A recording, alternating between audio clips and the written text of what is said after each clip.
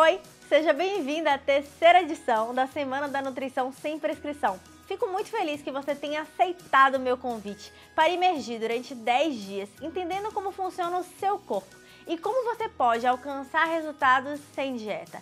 Estaremos juntas para você ver como obter resultados sustentáveis e duradouros sem que seja necessário passar fome ou cortar grupos alimentares da sua vida.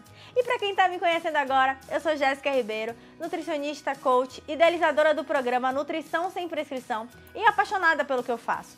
E se você já me conhece nas minhas redes sociais, deve ter percebido que eu amo ensinar, eu amo compartilhar conhecimento e mais que isso, eu amo libertar as pessoas.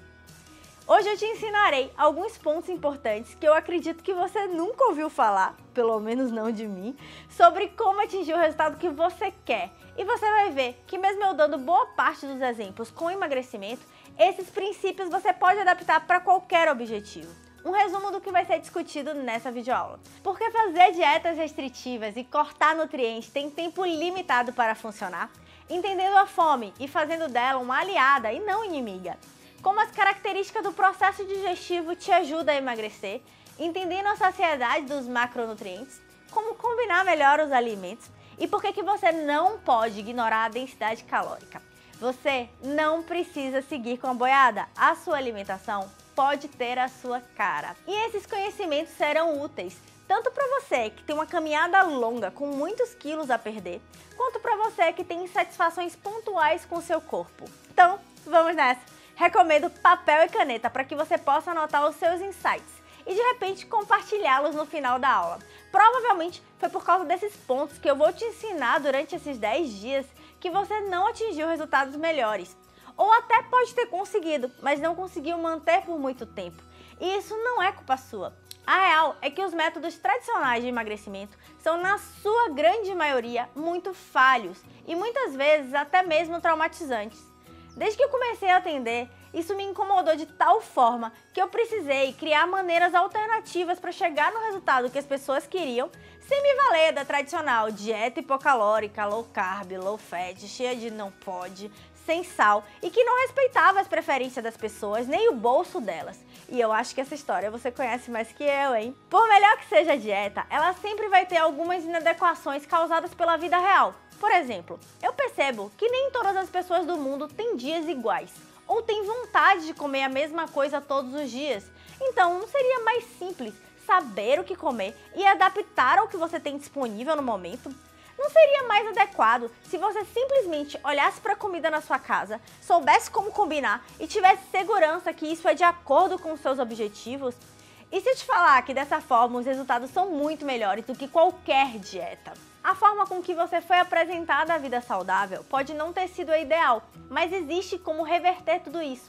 Assim como a Nicole reverteu, e hoje ela está na sua melhor versão e se sente muito bem com o seu corpo. Nunca fui obesa, nunca tive grandes problemas com peso, mas briguei com a balança e briguei com o meu corpo a minha vida inteira. Nunca estava bom, nunca estava satisfeita, tive fases de eu estar muito magra e ainda assim eu achar que não era suficiente, que eu precisava emagrecer mais, de passar o dia sem comer quase nada, e daí tinha períodos que eu estava comendo um pouquinho mais, daí tava mais gordinha, daqui a pouco eu fazia uma dieta restritiva, geralmente uma dieta das proteínas, ficava sem comer carboidrato e dava uma emagrecida e resolvia isso por um tempo, mas sempre aquela velha história de que é uma coisa que eu não conseguia manter por muito tempo e que eventualmente eu acabava recuperando aqueles pesos que eu tinha perdido muito rápido. A nutrição vem sido distorcida e muito provavelmente você já tentou fazer algumas dessas dietas. Da sopa, da lua, Atkins, Dukan, da proteína, low carb, paleo, contagem de pontos, contagem de calorias, cetogênicas, baixa em gordura e por aí vai. Eu também já vi tudo isso dentro e fora do consultório, nas redes sociais e também já estudei cada uma delas também. E o que eu estou compartilhando aqui nessa série de vídeos é sobre como você pode conquistar uma autonomia alimentar capaz de gerar resultados de 1 ano em até 3 meses, dentro do curso Nutrição Sem Prescrição. E nesse momento, você tem a oportunidade de acompanhar essa semana da Nutrição Sem Prescrição e entender se fazer parte dessa nova turma NSP faz ou não sentido para você. E independente disso, aprender muito nesse processo sobre você mesma, sobre os seus pontos cegos e sobre a sua alimentação de uma maneira geral. Você poderá comprovar que tudo que eu vou ensinar é natural, cientificamente provado, sem dietas, sem contagem de calorias e sem que você precise cortar macronutrientes da sua alimentação, porque você poderá identificar suas necessidades, montar pratos que atendam às suas vontades e dessa forma ter resultados muito melhores. Olhando de maneira mais saudável e estratégica para os alimentos, tanto do ponto de vista nutricional como mental. E assim, você não vai precisar mais ser refém de light, diet e outras invenções que a indústria do emagrecimento utiliza para vender. E nem precisará ter medo de se alimentar, conquistando realmente autonomia e segurança para fazer as suas próprias escolhas. Fome, vontade de comer. Você está tapando buracos emocionais ou nutrindo o seu corpo. Essa é, sem dúvida, uma das partes mais importantes do processo de emagrecimento e, apesar de ser tão importante, é a menos trabalhada em boa parte das dietas. Essencialmente aquelas que trabalham com corte de calorias ou dietas restritas. O velho fecha a boca que você emagrece, que você já deve ter escutado. E essa é uma das 5 chaves mestra para o comer sem dieta. E discutiremos aqui, durante a semana, 2 das 5 que eu abordo dentro do curso Nutrição Sem Prescrição, que é o comer inteligente dominando o seu corpo e a sua fome, o controle das emoções, o seu dia a dia e a sua alimentação, estratégias nutricionais, e você como um todo e não como corpo. Quando você passar fome, você não consegue atingir o resultado que você quer por muito tempo. O corpo entra em estado de alerta, aumenta os sinais de fome e faz você ter mais vontade de comer. Isso é realmente químico e fisiológico. Aos poucos a dieta vai deixando de funcionar, dando lugar ao efeito sanfona, se retomam os velhos hábitos, peso e insatisfação. E muitas vezes isso acaba prejudicando muito mais do que somente a parte estética, mas causa sérios prejuízos à sua saúde, muitos deles graves, que duram por muito tempo, que vão desde doenças intestinais até outras desordens, como o metabolismo ficar mais lento por conta da saturação de dietas. Ao longo do tempo, fomos desaprendendo a comer, num mundo de informações distorcidas, desatualizadas e até mesmo danosas passadas pela televisão, mídia, revistas e agora com força total na internet. Podemos retomar os sinais do corpo e fazer você ter autoconhecimento, que somado a um conhecimento sobre os alimentos, gera resultados nunca vistos antes. E afinal, o que é fome? Fome é um mecanismo ativado para que a gente não entre num processo de desnutrição. É o nosso corpo avisando que precisa repor nutrientes e energia. Dessa forma, sentimos uma vontade de procurar ou querer procurar um alimento para satisfazer uma vontade física ou emocional. Somente por essa definição, já dá para entender que o ato de comer não é apenas guiado por uma necessidade biológica, mas também por uma necessidade emocional. E isso é importante destacar, porque nem sempre o comer desregulado é por uma falta de conhecimento ou necessidade do corpo, mas por um desequilíbrio nas emoções. Mas isso é assunto da aula 2, onde vamos abordar esse assunto mais profundamente. Ainda falando da parte fisiológica, o ato de querer se alimentar é causado por uma série de estímulos e um deles é a redução de nutrientes no corpo. Então, toda vez que aminoácidos e glicose reduzem na corrente sanguínea, temos uma maior possibilidade de sentir fome. E isso ocorre porque o estômago vazio envia sinais que vão lá no nosso hipotálamo, no nosso cérebro, e fala: "Ei, o bicho tá pegando aqui embaixo. Faz um tempo que eu não recebo nada. Avisa esse ser humano que ele precisa comer, por favor." E essa mensagem retoma por uma via paralela, dando sinais clássicos de fome. Outros fatores que influenciam no sentir fome, por exemplo, o horário do dia, sons da panela, reuniões sociais que nos fazem ter vontade de comer, mesmo sem isso ser uma fome instintiva. E como combater essa vontade de comer? A vontade de comer não é dada só por estímulos fisiológicos, como eu acabei de falar. Ela também pode ser ativada pelo paladar, pelo olfato e em razão emocional e não nutricional. E nesse caso, a vontade de comer pode não passar se você comer um alimento diferente daquele que você estava desejando. Por exemplo, você está triste e só consegue pensar numa panela de brigadeiro. Sente o cheiro e tudo. Adianta comer uma maçã? É provável que a sua resposta seja não, né? E pode ser até que você se recorde de algum momento assim, em que você pode ter sentido até o cheiro na sua mente e capaz de ter ido dormir com essa vontade se você não conseguiu comer.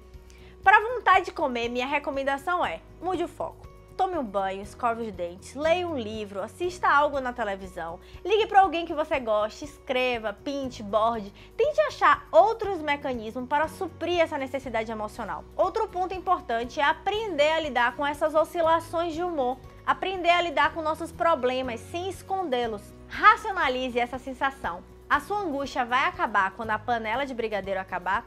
Serão 10, 15 minutos comendo e depois? Você vai lidar com o problema inicial ou vai lidar com o problema inicial, mas a culpa por ter se cedido? E eu não preciso nem falar aqui o quanto que isso não é saudável, não é? Quanto ao parar de comer, os sinais são variados e dependentes de vários fatores. Desde o comer atento, onde você sabe o que está fazendo e não está simplesmente comendo distraído em um celular ou na TV e consumindo muito mais do que deveria, até mesmo a composição do prato. Sim, e esse é o ponto-chave. Os alimentos que você come têm total relevância na liberação de hormônios sinalizadores que são responsáveis pelos sinais de saciedade. E é exatamente isso que vamos trabalhar nessa aula. E eu não posso deixar de te mostrar um fato importante e pouco divulgado.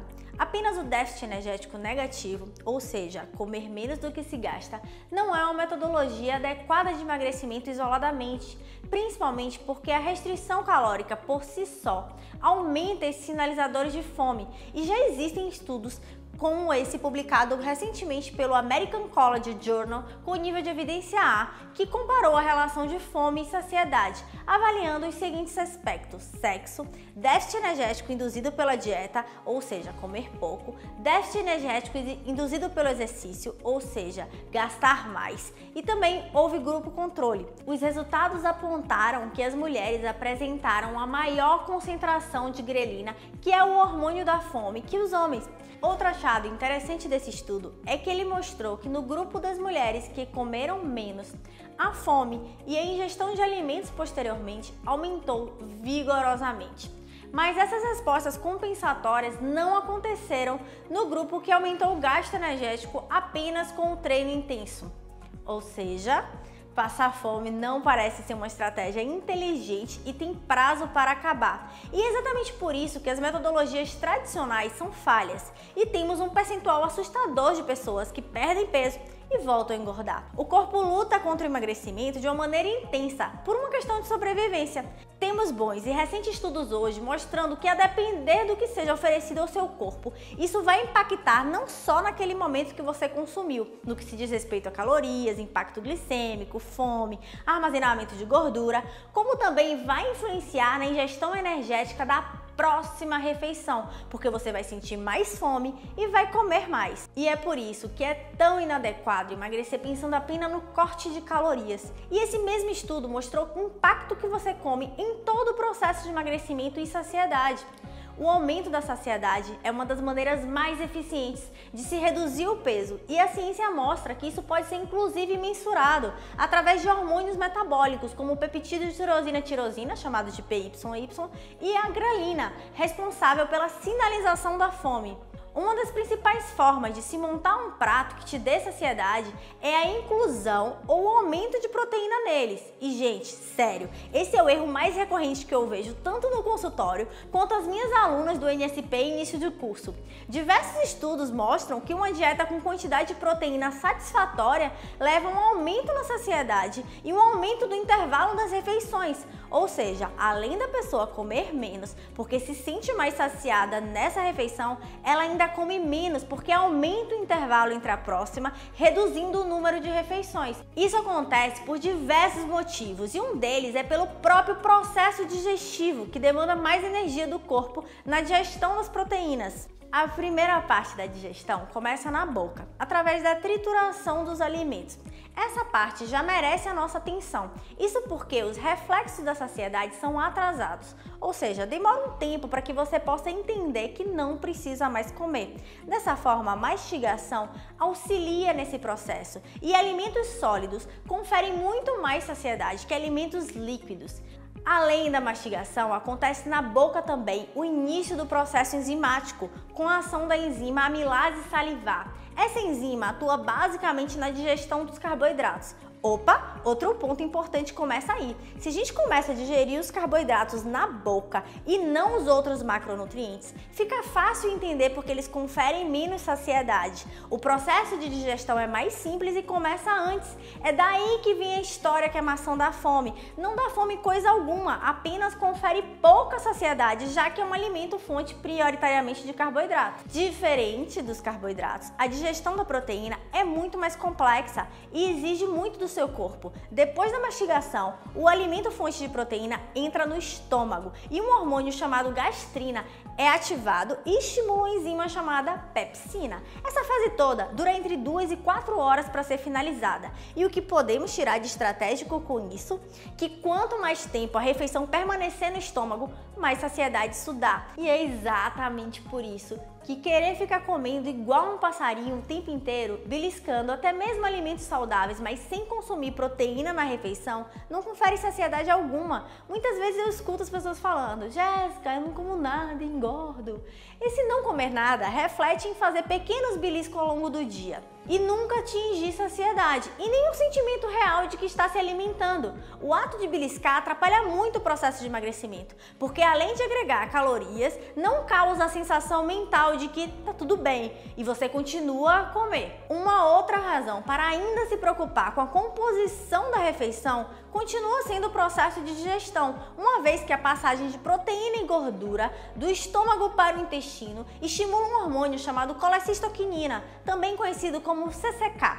A CCK, além de continuar estimulando mecanismos digestórios, também aumenta a sensação de saciedade pelo organismo. Então, uma das estratégias muito inteligentes é você combinar carboidrato com proteína e gordura para atingir a saciedade com mais eficiência e não se exceder no carboidrato. Sendo bem honesta, o carboidrato não é nem de longe esse bicho de 7 cabeças que pintam por aí. O que acontece é que matar a fome apenas com carboidrato leva a excessos pelas próprias características dele. E a maioria das pessoas come muito carboidrato porque come pouca proteína e pouca gordura. E como não sabem equilibrar isso, acabam achando que a maneira mais efetiva é simplesmente cortar de vez. Jéssica, então você está querendo dizer que se eu souber combinar melhor os alimentos, eu posso emagrecer comendo carboidrato? Sim, exatamente! E quais são as melhores fontes? As melhores fontes são as suas preferidas, desde que sejam saudáveis. Tá vendo como é bem mais simples do que parece? Outra forma de controlar a fome de acordo com seus objetivos é entender sobre a densidade calórica dos alimentos. E Jéssica, o que seria isso? Todo alimento possui uma densidade calórica, mas atenção, esse não deve ser o único critério de escolha, mas ajuda a nortear e identificar os excessos. A densidade calórica é definida pelo número de caloria por grama ou ml do alimento. Uma densidade calórica alta significa muitas calorias para uma pequena quantidade de alimentos, e uma densidade calórica baixa significa poucas calorias para uma grande quantidade de alimentos. Alimentos ricos em água, fibra, geralmente têm uma densidade calórica menor. E alimentos desidratados concentram mais os nutrientes, já que se perde água. Vamos a exemplos práticos e diretos para que vocês possam entender essa relação na prática. Vamos comparar aqui a tapioca com a batata doce. Ambos são alimentos fontes de carboidrato. Só que o que acontece? A tapioca, ela tem como característica ser desidratada. Então ela tirou a água e concentrou aqui o nutriente, que no caso é o carboidrato. E por causa disso, a tapioca é um alimento de alta densidade calórica.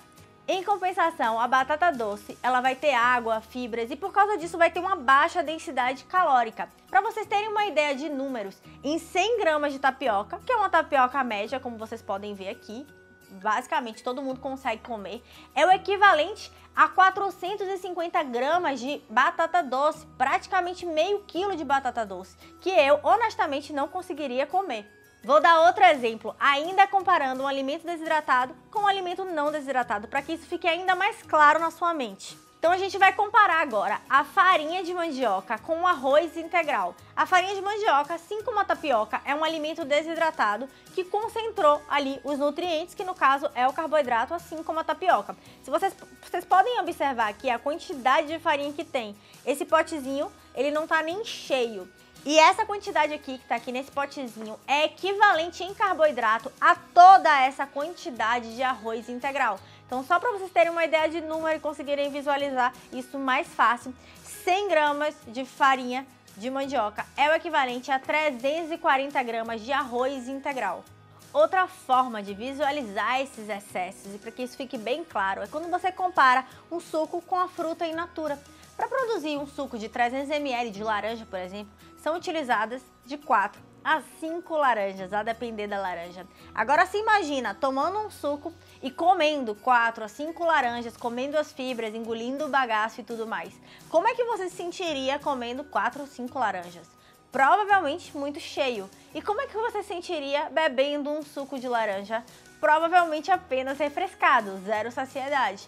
Então, dessa forma, os sucos se tornam pouco estratégicos no processo de emagrecimento, porque você perde as fibras e você concentra aqui todo o açúcar da fruta. Então, você pega essa laranja, espreme, tira todo o açúcar, pega outra laranja, espreme, tira todo o açúcar e vai concentrando esse carboidrato no suco. Um outro exemplo para você seria o suco de uva. Aqui nesse suco de uva, você tem a mesma quantidade de carboidrato que toda essa tigelinha aqui de uvas. E comendo a uva, você vai ter muito mais saciedade, até pelo próprio processo de mastigação que eu já expliquei anteriormente. E eu poderia dar também mais outros inúmeros exemplos.